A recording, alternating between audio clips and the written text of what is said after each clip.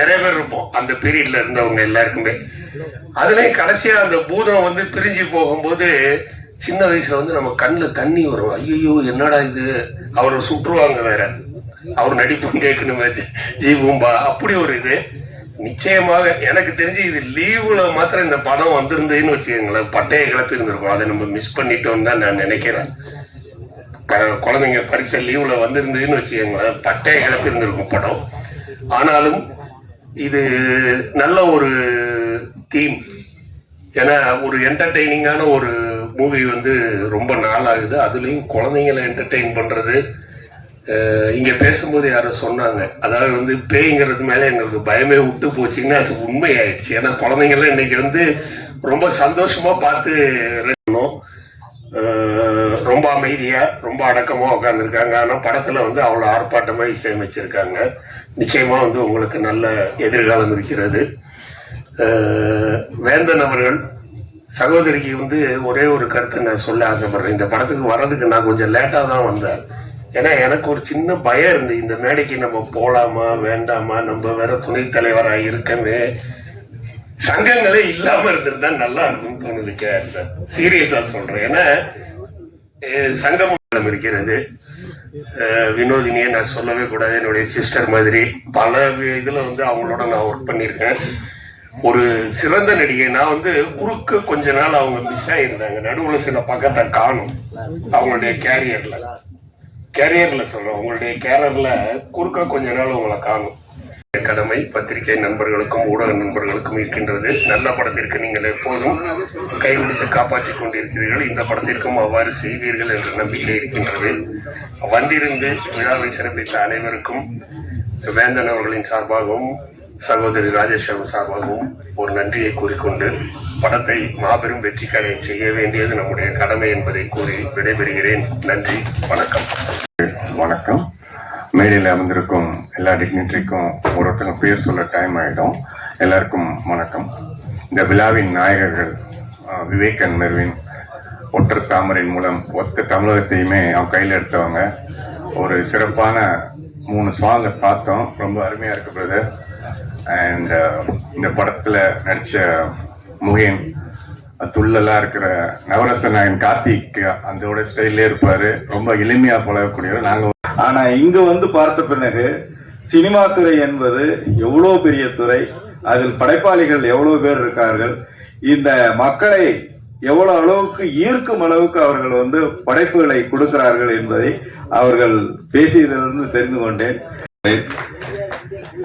TR. Bala இதனால் இவன் முடிக்கும் என்றாய்ந்து அதனை அவன் கண் விடல் அப்படிங்கிறது திருவள்ளுவர்.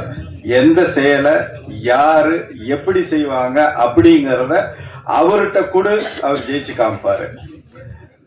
தாய் 8 அடி பாஞ்சா குட்டி 16 அடி பாயும். கலைத்துறையில இருக்க பிலிம் இன்ஸ்டிடியூட் பிரின்சிபல், தயாரிப்பாளர், இவருடைய பையன் டி.ஆர். பாலா. அந்த பேர்லயே இருக்கு ஒரு காந்தம், டி.ஆர். பாலா. இந்த டீசரை பார்க்கும் பொழுது அந்த பாடல், அந்த வெளிப்பாடுகள், அதாவது வந்து அந்த கதையினுடைய இது ஒரு சின்ன இதுல இருந்தே தெரிஞ்சுக்கிறோம். அவ்வளவு அளவுக்கு வந்து மிக சிறப்பாக பண்ணியிருக்காங்க. அதனால டி.ஆர். பல காண வேண்டும் என்று இந்த தருணத்திலே நான் வாழ்த்துகின்றேன். அதே போல இந்த படத்திலே வருகின்ற அந்த கதாநாயகன் கதாநாயகி நம்ம பார்க்கும் பொழுது அவர்களுக்கும் மிகச்சிறந்த நல்ல எதிர்காலம் இருக்கும். அவர்களையும் நல்ல படங்களை இதே போல தேர்ந்தெடுத்து நடித்து நல்ல வெற்றிகளை தர வேண்டும் என்று இந்த தருணத்திலே வாழ்த்தி, எனக்கு இந்த சினிமா துறையை பற்றியோ இல்லை தயாரிப்பை பற்றியோ எதுவுமே தெரியாது. இருந்தாலும் ஒரு வேந்தன், ராஜேஸ்வரி இப்படி அருமையான ஒரு சினிமாட்டிக் பிளட் இருக்கிற இடத்துல ஒரு டைரக்டர் அவங்க வீட்டிலேயே உருவாகி இருக்கார் அப்படின்னா நிச்சயமாக வந்து இந்த சினிமா துறை அவர்களை வந்து பெற்றெடுத்திருக்கிறது. இவர்களால் நமது சினிமா துறைக்கு நிறைய படங்கள், நல்ல படங்கள் வரும். சொல்றேன், T R. Bala going to next ஜெனரேஷன்ல, அடுத்த ஜெனரேஷன்ல, எங்க ஜெனரேஷன்ல இவருடைய ராக் த இண்டஸ்ட்ரி அண்ட் அவருக்கு சென்ஸ் இருக்கு. நான் ஒரு ப்ரொடியூசரா சொல்றேன். இந்த படத்தை பத்தி ராஜேஸ்வரி அக்கா இருக்காங்க, அவங்க வந்து ஒரு புரட்சி பெண்மணி. வேந்தன் சார், இவங்கெல்லாம் வந்து எனக்கு ஒரு 5 வருஷமா தெரியும். அவங்க ஹஸ்பண்ட் எடுத்த படத்துக்காக என்கிட்ட வந்து ரொம்ப டிஸ்கஸ் பண்ணுவாங்க. அப்போ வந்து இவங்க பையன் எனக்கு எதுவுமே சொல்லலை, இப்படி ஒரு டேலண்டான ஒரு பையன் வீட்டில் இருக்கான்னு.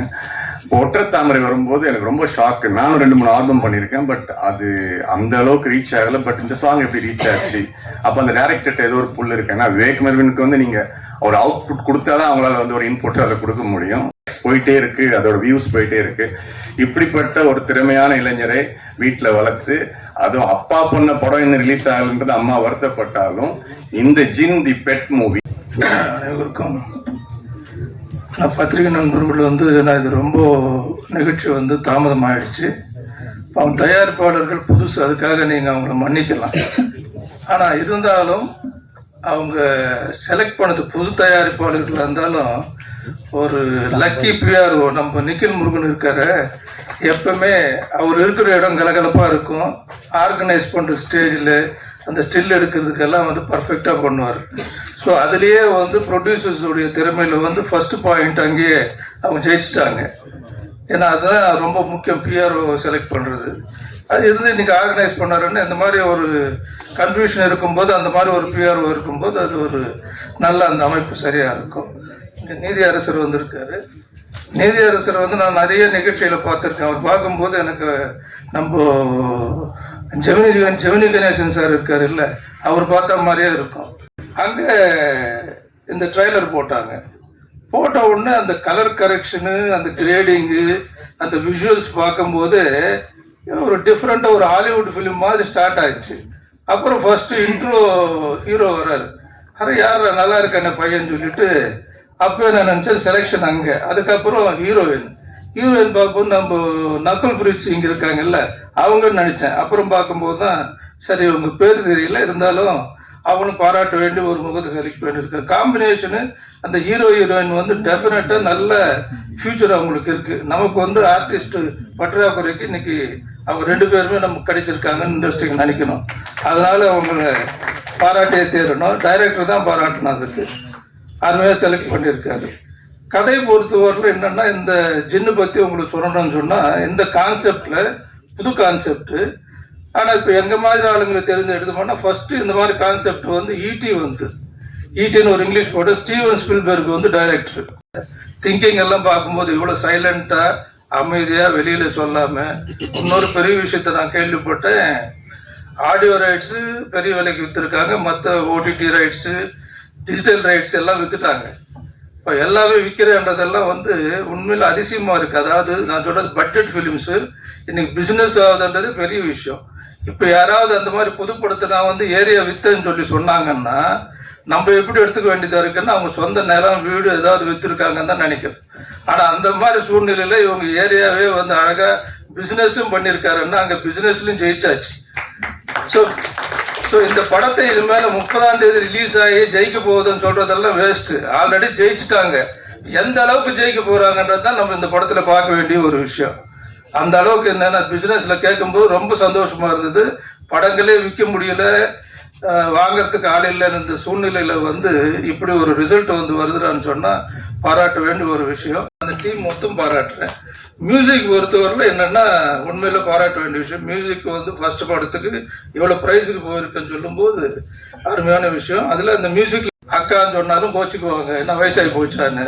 தங்கச்சின்னு சொன்னாலும் அந்த மாதிரி அவங்க ஒரு அதாவது வெளிப்படையாக ஓப்பனாக பேசக்கூடிய ஒரு நல்ல மனசு. அவங்க ப்ரொடியூசர் கவுன்சிலேருந்து எனக்கு பழக்கம், அவனை கூப்பிட்டுது, அவங்க மட்டும்தான் என்னை கூப்பிட்டாங்க. இவர் வேந்தர் தெரியுமே தவிர என்னை கூப்பிடல. டிஆர் பாலா யாருன்னு எனக்கு தெரியாது. இங்கே வந்த பிறகுதான் சொல்கிறாங்க அவங்க பையனு.